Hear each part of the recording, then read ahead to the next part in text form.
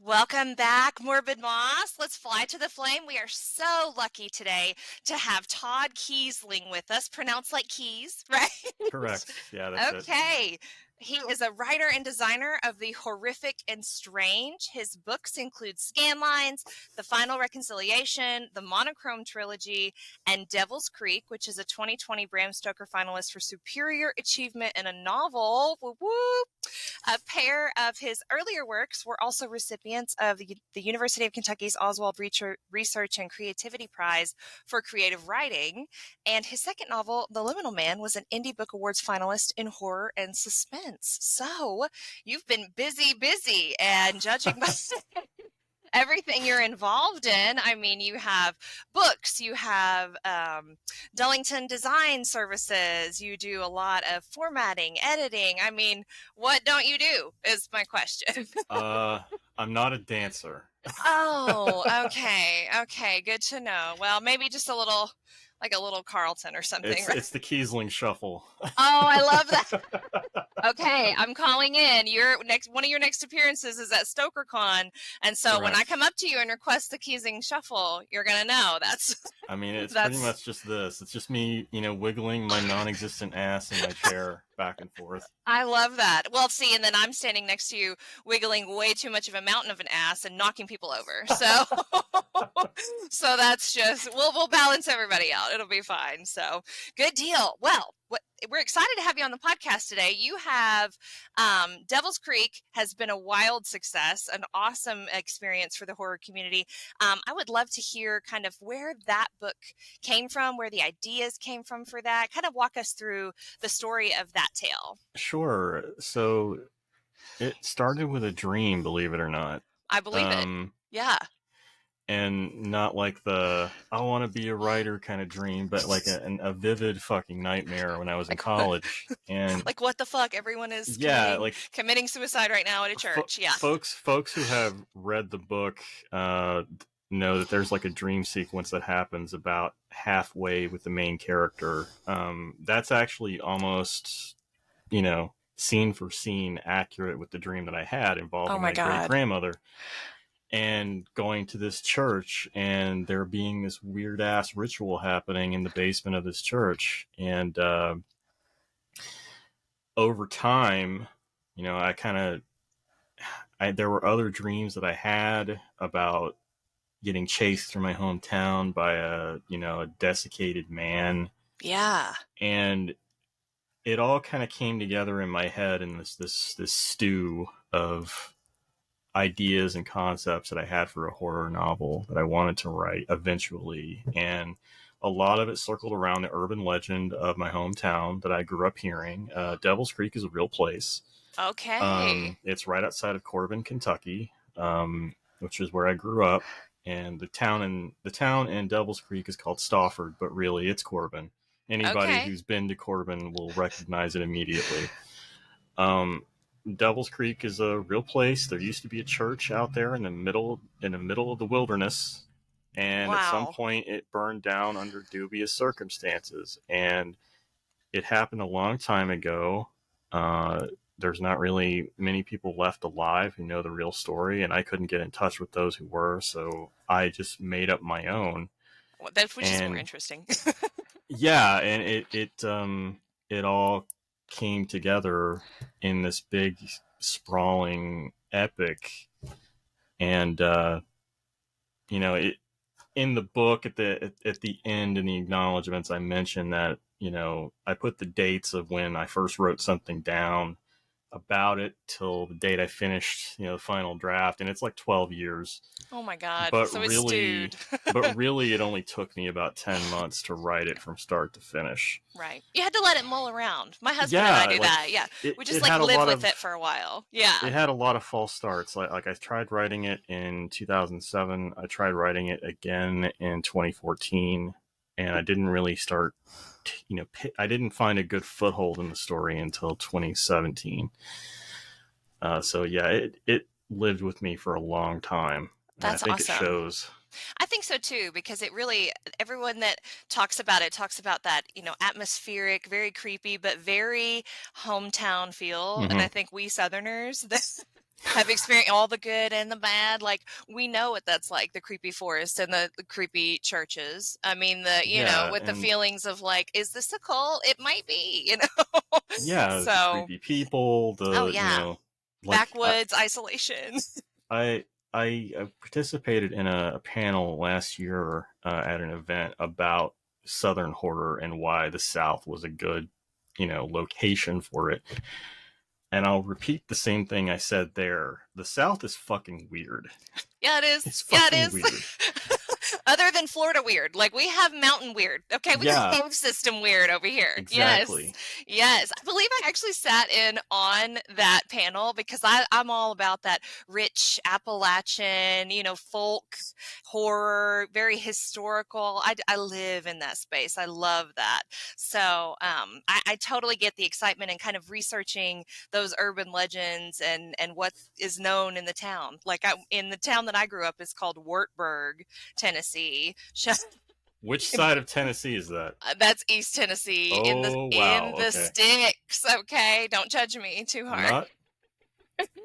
And there are places that you don't go down that road. You don't go there. Like they Yep. will shoot you, Hmm. that sort of thing. And so I grew up around all of that, and I'm drawn to stories that have sort of that grounded, gritty, nasty Southern creepy feel. So that's really cool. So you say that you were inspired by dreams. Hmm. I sympathize with that because aren't our minds, it's like so intimate when you're asleep and you can't help what you're dreaming, and then you wake up and you're like, what the fuck was that? Yeah, yeah. Where did that come from? So is that sort of where your interest in the horror genre began? What kind of started your journey as a writer, as a reader, as a design specialist in this genre?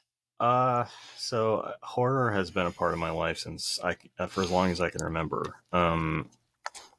I was very young when my parents divorced, and my mom and I lived with my great grandmother for about 5 years. So some of my earliest memories are of my mom reading, Stephen King, Dean Koontz, Rick Hotela, and Clive Barker. I have a vivid memory of seeing the stack of beaten up paperback books on the nightstand up in the upstairs bedroom, like my granny's house. Mm-hmm. And we also, my grandmother worked for the only video rental place in town at the time. Okay. So we would get a discount on bulk rentals of videos, and my mom would rent like all these horror films for her, but my mom was also going to night school. Mm-hmm. So my granny was supposed to be watching me, and I basically would just sit upstairs and watch these movies on my own. Yes. So, other kids had, Mickey Mouse and Donald Duck and the Transformers, and I had Ash from Evil Dead and the Goblin Truck from Maximum Overdrive. Oh my God. Yeah. I could not handle that as a child yet. So, horror has been, in my blood for as long as I can remember. And, my life has kind of weirdly overlapped Stephen King in a lot of ways. Like, Maximum Overdrive was one of my favorite films. It's King's first foray into, only foray into directing, thank God. Right. Mom was reading Stephen King. I started reading King, when I was in middle school, and King was kind of it's obvious, he's a huge influence on an entire generation, generations God, yeah. At this point of writers. Yeah, transformative. Yeah.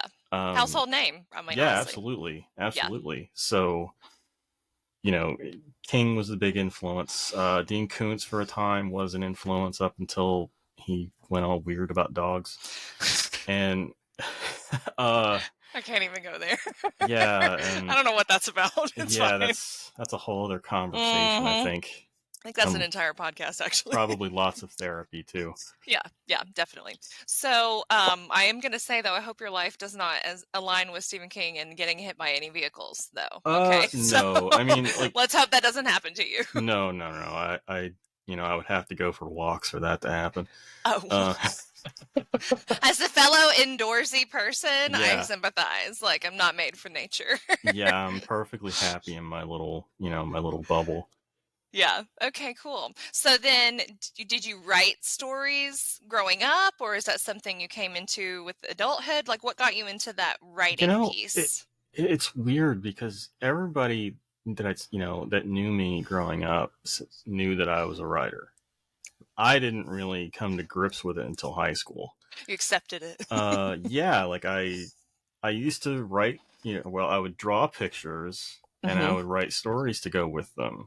And like my first publication ever, officially is from when I was like 4 years old in kindergarten. Oh my God. I still have it. I got it after my granny passed away some years back. The original drawing of these two boys fishing on an island, and there's like a shark, and I wrote Jaws on the side of the shark, and it's like a three sentence story about boys catching fish, and it got published in the Corbin newspaper. Oh Um, my gosh. yeah, That's when it began, though. That's yeah, awesome. and I wanted to draw comics for a time, and I wanted to, but I wanted to do my own comics, not like, I was really into Superman and Batman, but I couldn't draw like that, so like It's that a kind of different fell to the style. wayside. Yeah, Yeah. and I went from that to getting into film. In high school, I wrote my first screenplay when I was a junior, and ended up turning it into a poorly made 30-minute film. And the following year, at the beginning of my senior year, I started adapting it into a novel because there was more to the story. And that was my first novel. Um, I took that novel with me to college at UK. My guidance counselor told me about this contest they have, the Oswald Research and Creativity Project, Yeah. and the novel won second place. That's So that amazing. was the So it's like first stair time. stepping. Yeah, that Yeah. was the first time I ever got paid for anything I'd written, and so I've been chasing that ever since. That is So awesome. So you just had that creative kind of ladder that have helped yeah, it I mean grow, and then it. it helped to have a family that recognized that I had an affinity for being creative. Hmm. Because I always either had a book or I had a sketchbook with me, and I was always drawing. And I don't really draw anymore because I'm not very good at it, but that transitioned into the design aspect because Yes. until I wrote that first novel, I was planning to go to college for graphic design. Oh. And so, I was the art nerd in school. I was the president of the National Art Honor Society at Corbin High School. Big art nerd. Okay, Still, hey, I love it. I'm an artist too. That's why I see why you do the internal. That's kind of your specialty with your design is yeah. doing the internal designs on book pages, and that it's amazing. It looks so beautiful. And I Thank you. actually think some of your book covers that you've done, you can see that comic book influence in a few of them. Because I noticed your style has like a wide range Mm-hmm. where some of them are so dark and creepy and visceral and like really that gritty, but then some of them they lean in more of a I don't know, kind of a modern comic-y type of feel. And so I think that's really cool that you have that wide range and it really you show that you're fitting the story, you know? Thank So you. Thank you. yeah, I think that's great. I know that you I believe I've seen your work on a couple of Eric LaRocca's books. Is that correct? Yeah, I did work for his novella. They were here before us. Mm-hmm. Um, I mean, that one that helps to have good art to work with, and the artist on that was fantastic. And I also did a version of the cover for his forthcoming novel. Everything the Every Darkness Eats. Yeah, Yeah, yeah. Awesome. yeah, That is so exciting. I love that. And speaking of forthcoming novels, so you have Cold, Black, and Infinite, Stories yes, of the Horrific and yes. Strange, This right which, here. yes, available for pre order from Yes, Cemetery Dance right now. And I believe it comes out September 26th. correct. Okay, Yes. tell us about that. So it's a collection of short stories, right? It's my second collection of short stories. It's 16 tales. They're all very, they're divided into 3 sections: cold, black, and infinite. Okay. Some are incredibly dark. Some are just chilling, hence the cold, because I'm so fucking clever. And I like it. and infinite, which is more cosmic, cosmic horror, angled or weird angle. Yeah. Yeah, they kind of, a collection to me is, I mentioned this to my Patreon followers when I was putting it together and everything. I look at a collection like a concert, and Okay. you kind of want to, if you're performing and you have a body of work, you kind of want to show off the different portions throughout your career. So you play the hits, but you also play the deep cuts. And I approached it like that, and I had, it's a collection of stories that I've had, been working on publishing here and there in other anthologies and magazines and what have you, for the better part of 5 years. And it kind of shows like that era of my life. So I wanted to encapsulate that. And yeah, and in keeping with the concert theme, Nine Inch Nails is my favorite band, and Cold, Black, and Infinite is a great lyric. So Yes, it is. I was going to ask you. That's on my list of questions if there was a connection there. oh, So I'm glad to know absolutely. there is. Good. I think Reznor in the acknowledgments, even though he will never see this book. Hey, you know what? He might. He's going to listen to Moths to the Flame, and he's going to be like, you know what? I'm going to read it now.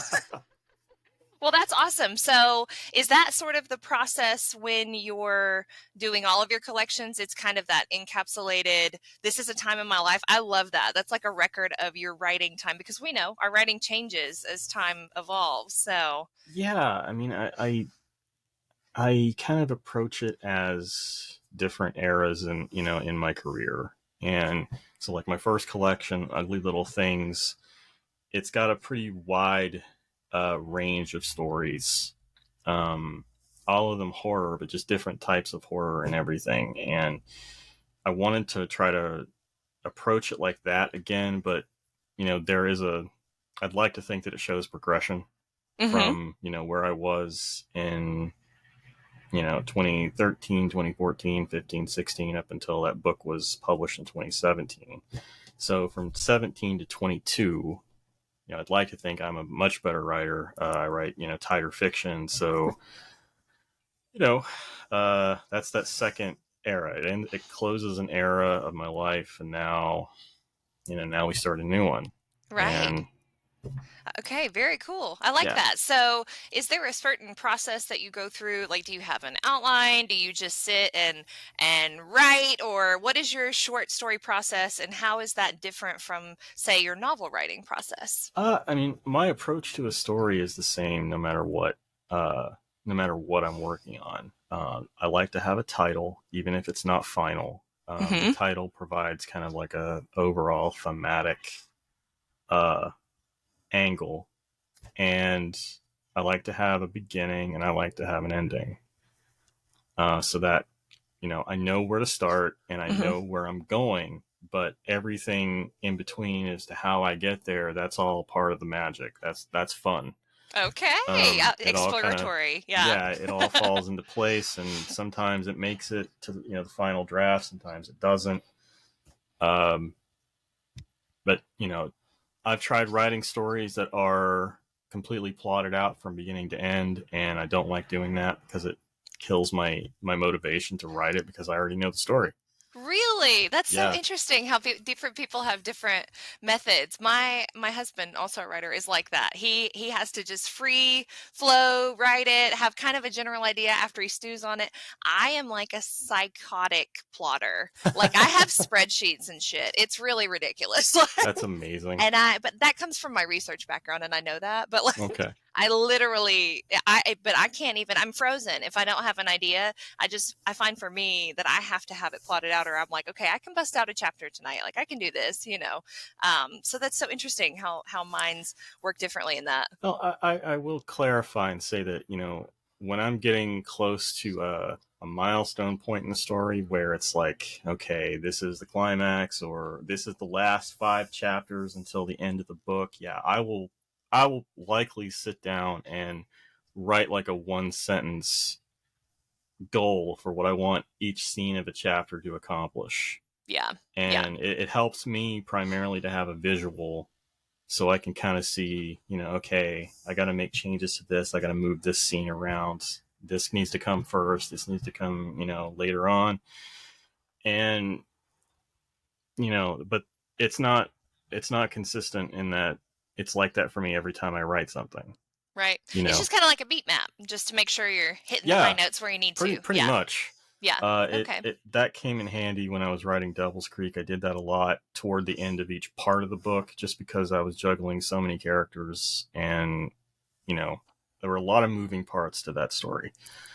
But then, writing a short story that's self-contained, I again, the beginning and the ending, and then everything in between is magic. Yeah, that's awesome. I love that. Do you have do you have to set the scene for when you're going to write? Do you have a certain place that you write? Do you listen to music? Do you have how do you get in the writing mood?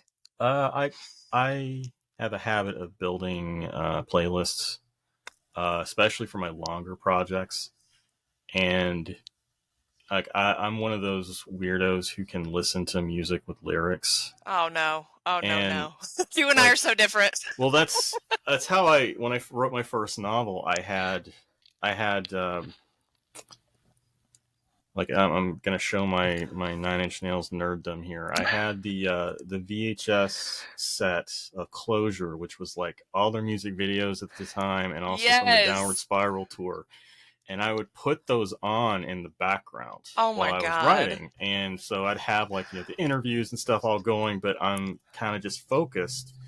But it provided a thematic overture to what I was doing. And so I've always done that ever since then. And I read an interview with Chuck Palahniuk when I was in college, where he mentioned something that he does, and he'll put the same song on repeat.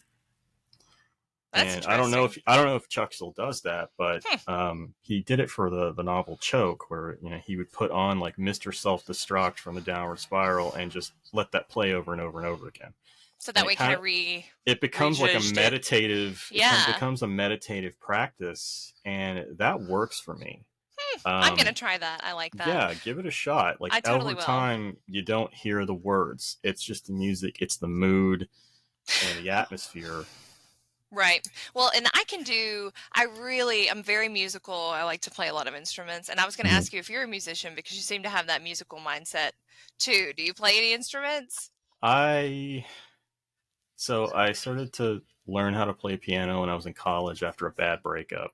Okay. And I learned to play a few songs. I could play The Frail and The Wretched by 9 Inch Nails. Okay.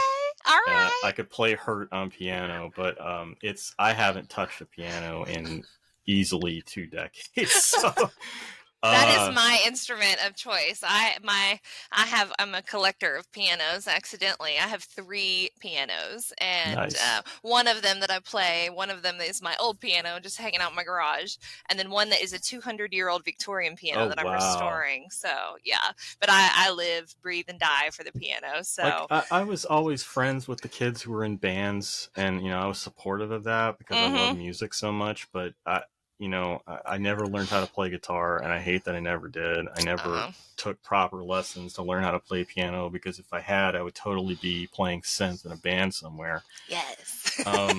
So I really appreciate where it comes from. I appreciate the practice of it and the discipline it takes to learn an instrument. Yes. But that wasn't my path. Oh, that makes sense. I tell you what, you talk about the discipline of it. When I was in high school and was around, I was a cheerleader around all the band people. We all rode the bus together.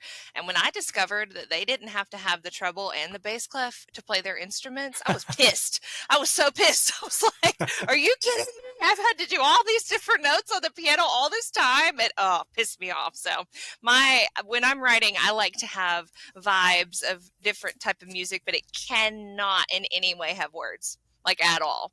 And even if I'm drawing or doing any kind of digital art or anything like that, I have to have music, Yeah.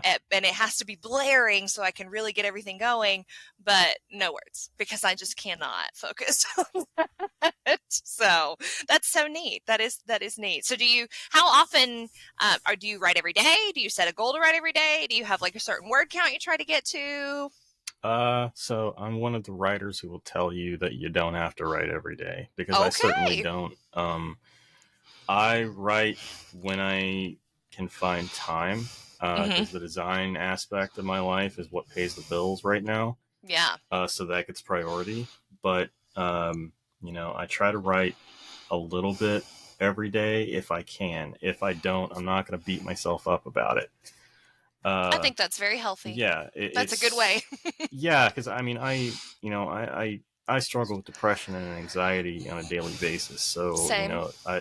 nobody's gonna beat me up better than me. Mm-hmm. And I learned a long time ago that I got to give myself a little grace here and there. And even when I feel like I haven't accomplished anything in a day, I have to make myself kind of look back and say, well, you did this, this, this, and this. You just weren't creative.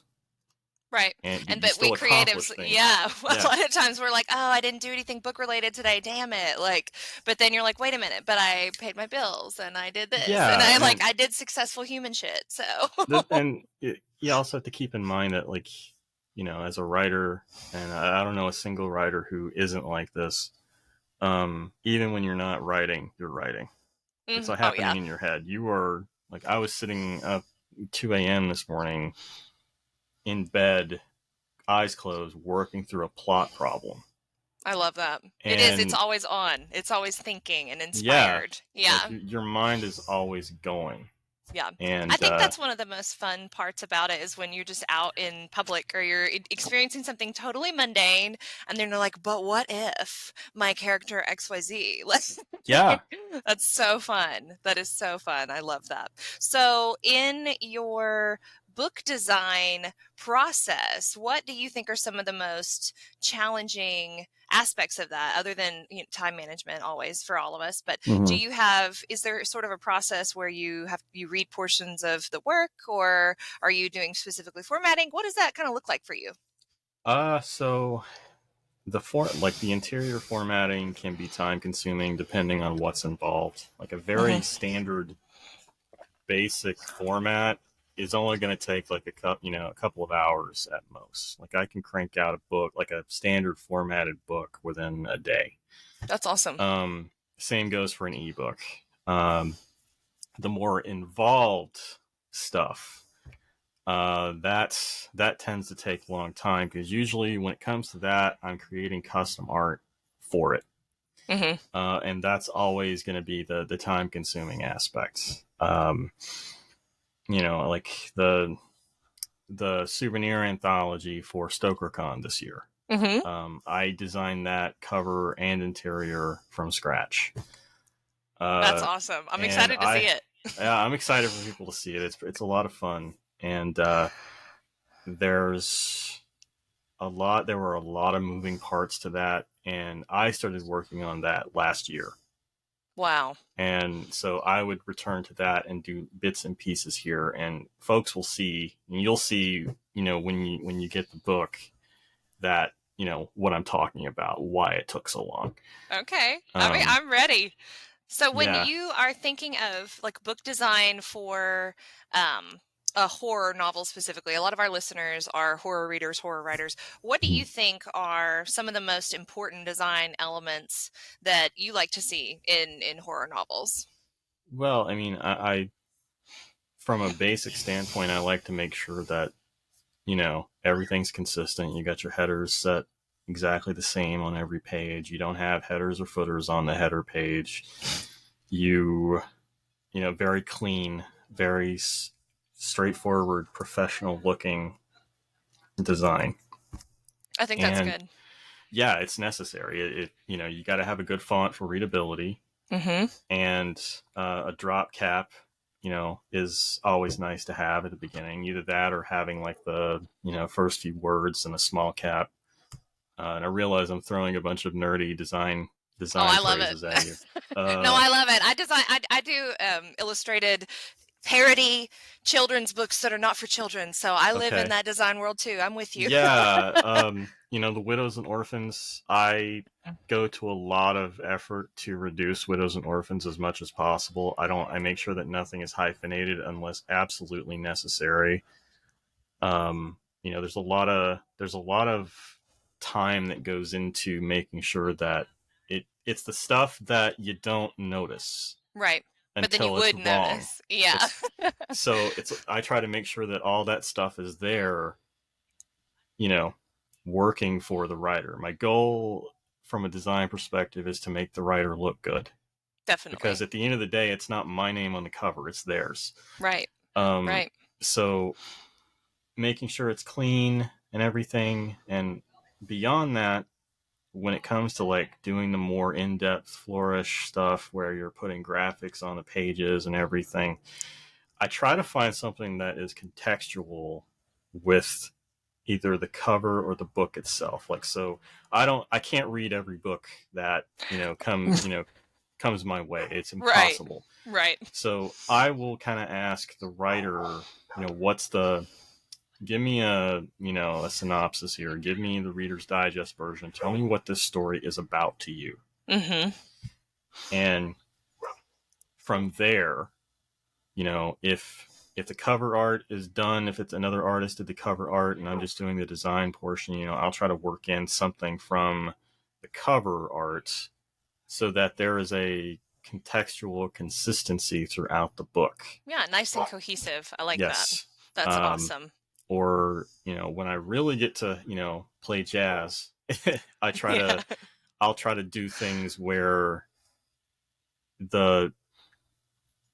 what's happening in the story is also reflected on the page beyond the words. And I was able to do that with the new edition of Devil's Creek. And that's where with each part, the pages get more and more corroded and dirty. Oh, I love that. Oh my God, that's so cool. You kind of have this interesting strata pattern on the side of the book. Hold on one second, I'll show you. Oh, yay! I'm excited to see it. And if you, the listeners, are wanting to see it too, check out our YouTube channel. You'll be able to see it for yourself.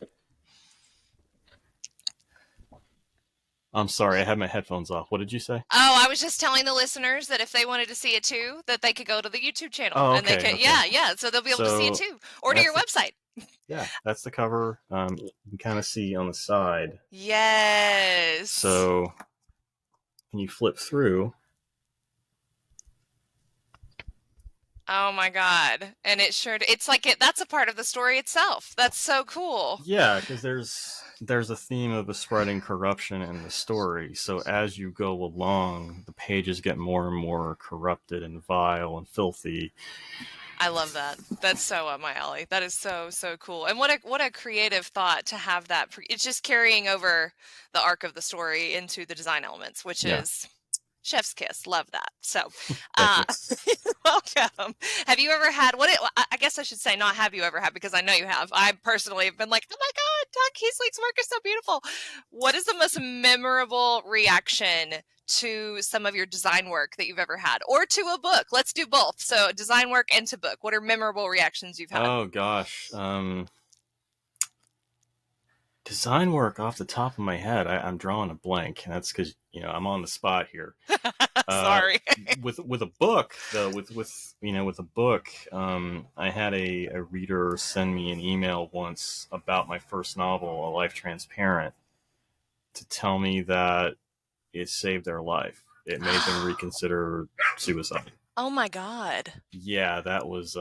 I had a pretty heavy cry over that. Yeah, wow. I just got goosebumps. That is some powerful shit. Wow. That was. Wow.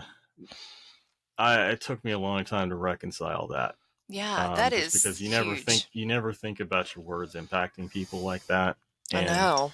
The same goes for my novella Scanlines.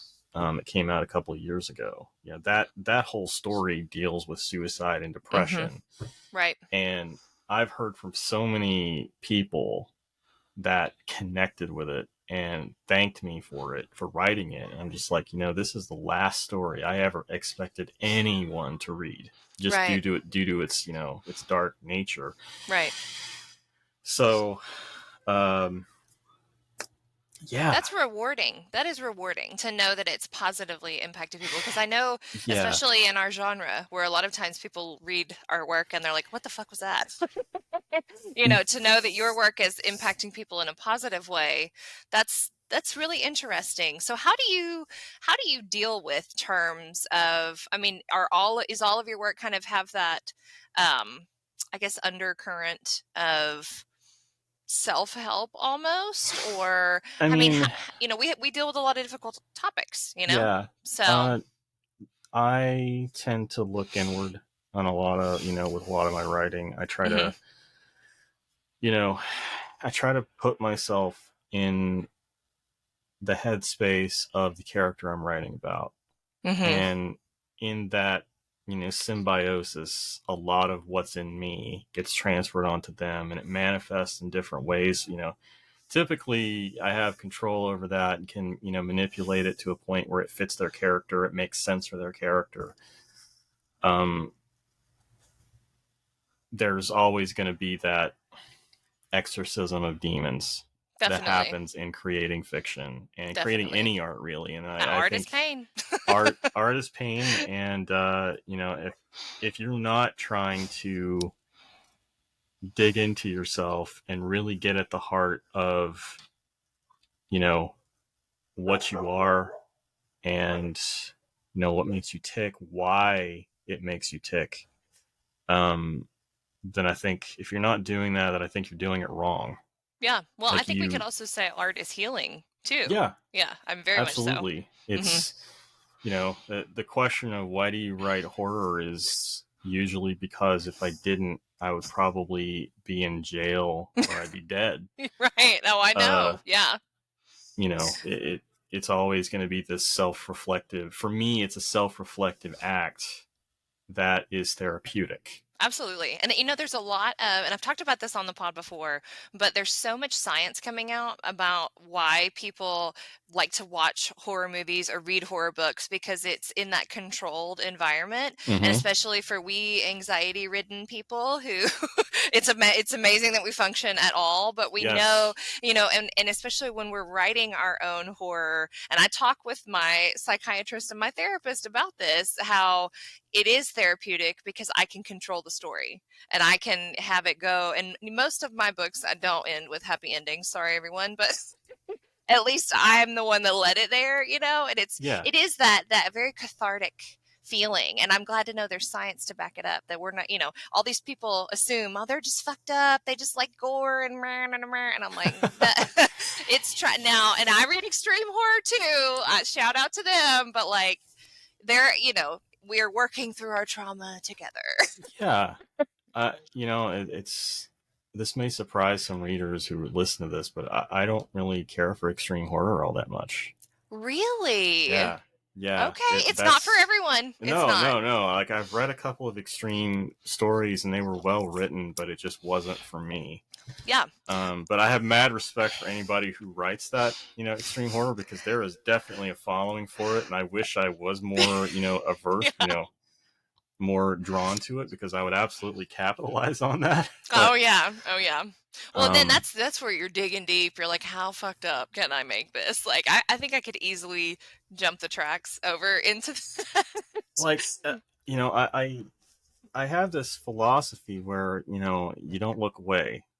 No matter what you're writing, you don't look away. So I can write some pretty, intense, dark scenes. Like there's a story in Cold Black and Infinite called Afterbirth that is about a woman. Oh God. It's about a woman using the biological waste from an abortion clinic and, trying to grow her own child through necromancy. Oh my God. And see, that's where I'm like, oh, I get weird about, like, Dead Inside fucked me up. That stuff fucks me up. Of course, I'm a mother too. I have a 5-year-old, so it's in the recent memory, Well, the whole story was written in response to, certain politicians' stances on taking away a woman's rights. And, you know, so not to get political, but that's where that came from.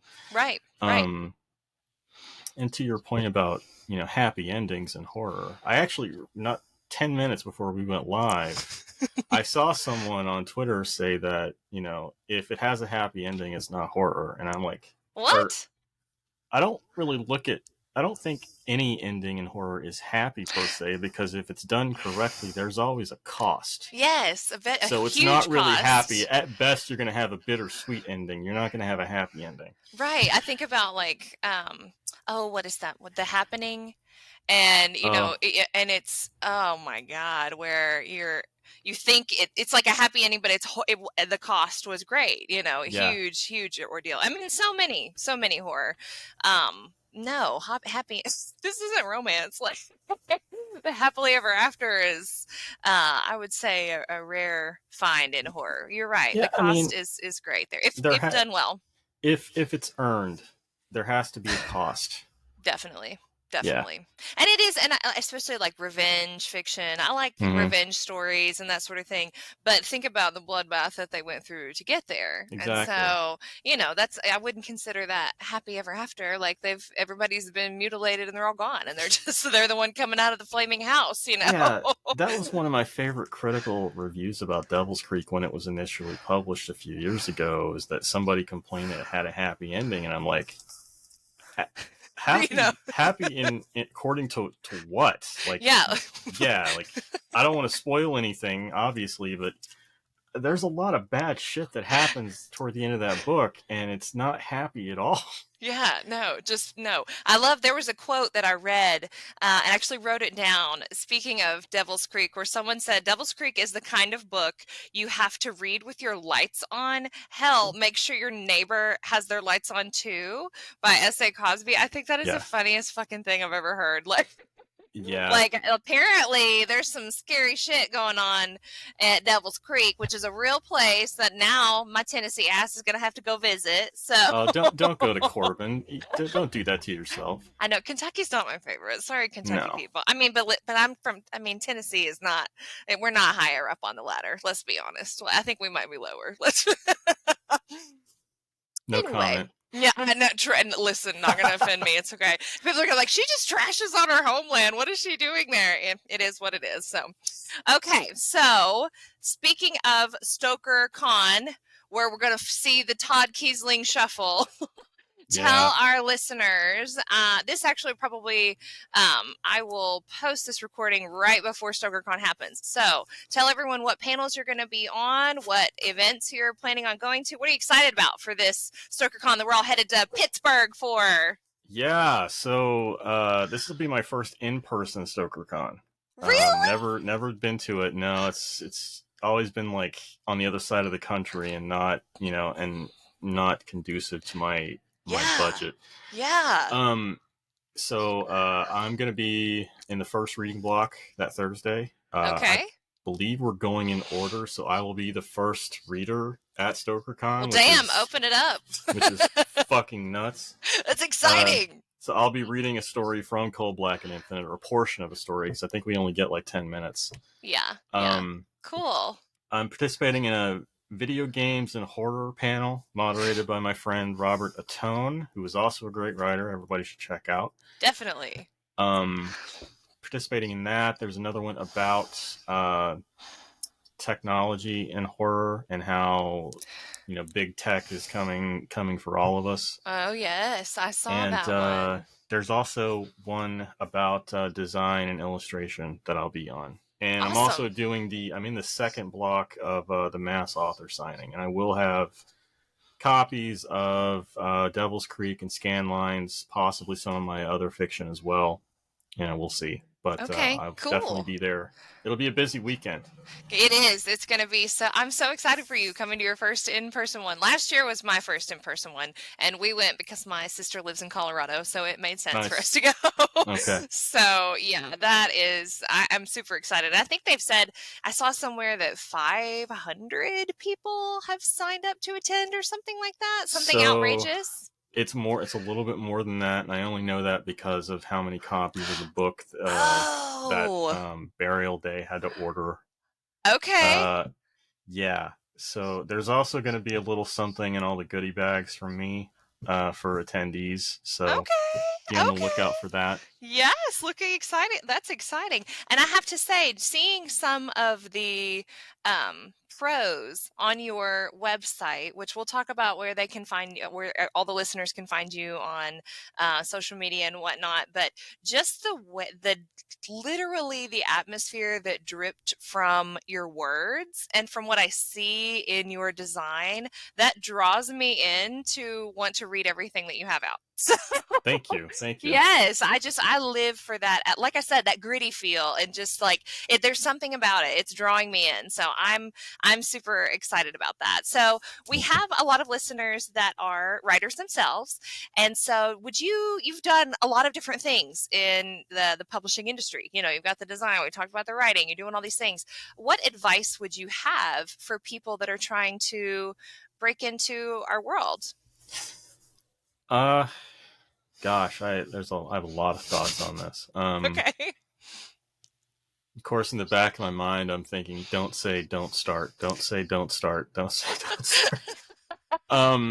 Right. You really need to examine why you're doing it.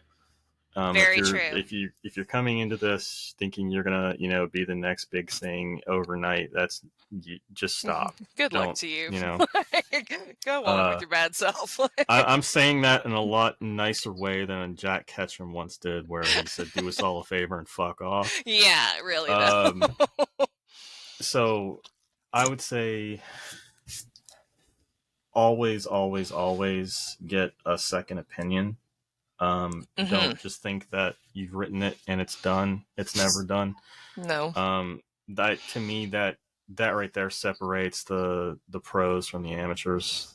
absolutely. Simply because if you recognize that it's never done, then you're going to do your best work because you're always going to be trying to make it better, even Definitely. when you have to turn it in and send it to the editor. And um, I would say take your time. It's not a race. Yeah, It's absolutely a marathon, but it is not a race. right. Uh, Sometimes it can get discouraging, and I have to take my own advice because sometimes I feel this way where I see all of my friends being successful and nothing is happening for me right this second. At that moment, yeah. It's important to remember that just because somebody's successful, does not diminish what you have done or what you are doing. That is If so anything, healthy. if anything, Yes. it lifts you up. And so, always always celebrate someone else's success because as a whole it lifts up the genre. Absolutely. And that's Um, the one thing when seeing people tear each other down, it's mm, like we don't have time for that. We're all out yeah, here scraping, like we're trying. Let's lift each other up. I love that. it can be difficult on social media simply because of the nature of it and the way the Yes. algorithm is skewed toward strife and negativity. Right. I myself have fallen prey to that. Everybody I know has at one point or another, and Yes.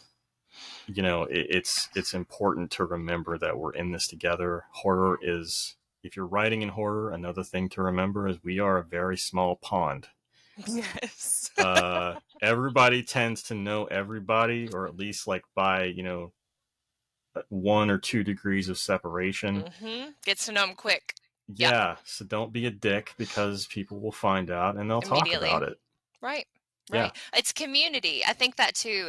If someone wants to come in and they're just trying to be the next Clive Barker or Stephen King, like it's more about the community as a whole. And there's so many different types of media and it should be celebrated. And I love Yeah. that. I think that's great. That was something for me first encountering the horror community in person was just so welcoming and Mhm. so it's not like it was this big competition shit, and it was like, oh, you like that, so man, it was very just like, oh my God, let's share ideas, let's connect, let's hang out. Like, I have so love, because I'm newer to the community, and I love so far how welcoming it's been. Obviously, there's the drama, you gotta skirt away from that. Oh yeah, there's But they always going make to be themselves drama. known. Yeah, they make themselves known pretty quickly.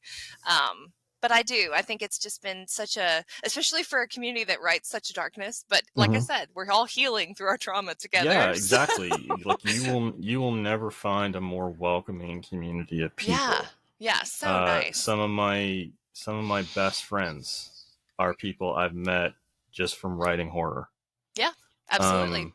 And these are people that, I know without a doubt have my back, and vice versa. Right.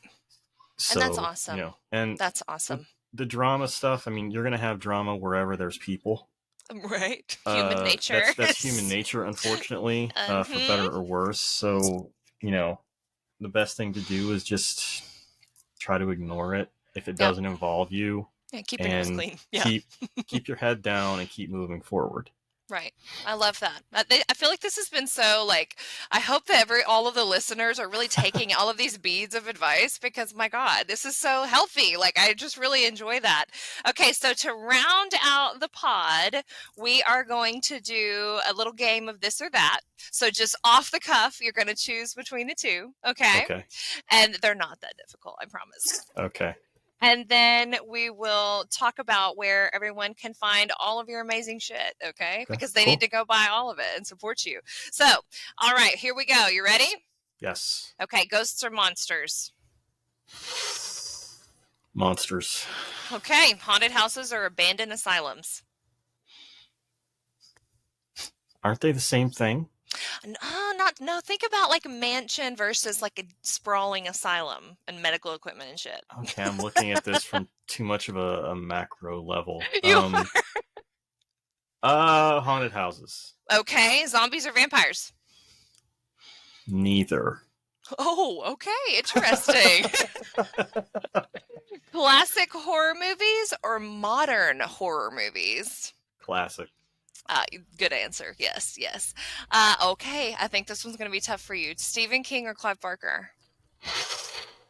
Oh, God damn it. I'm going to have to go with King.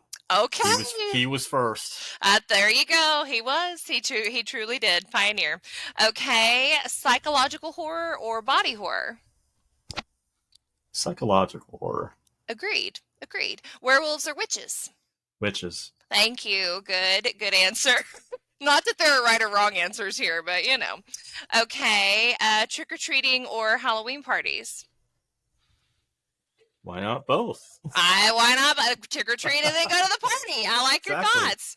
Good. Okay, candy corn or chocolate? Chocolate. Candy corn is a fucking abomination. Such a disgrace. It's horrible. Yes, agreed. Okay, scary costumes or funny costumes? Scary costumes. Agreed. Jack-o'-lanterns or skeletons?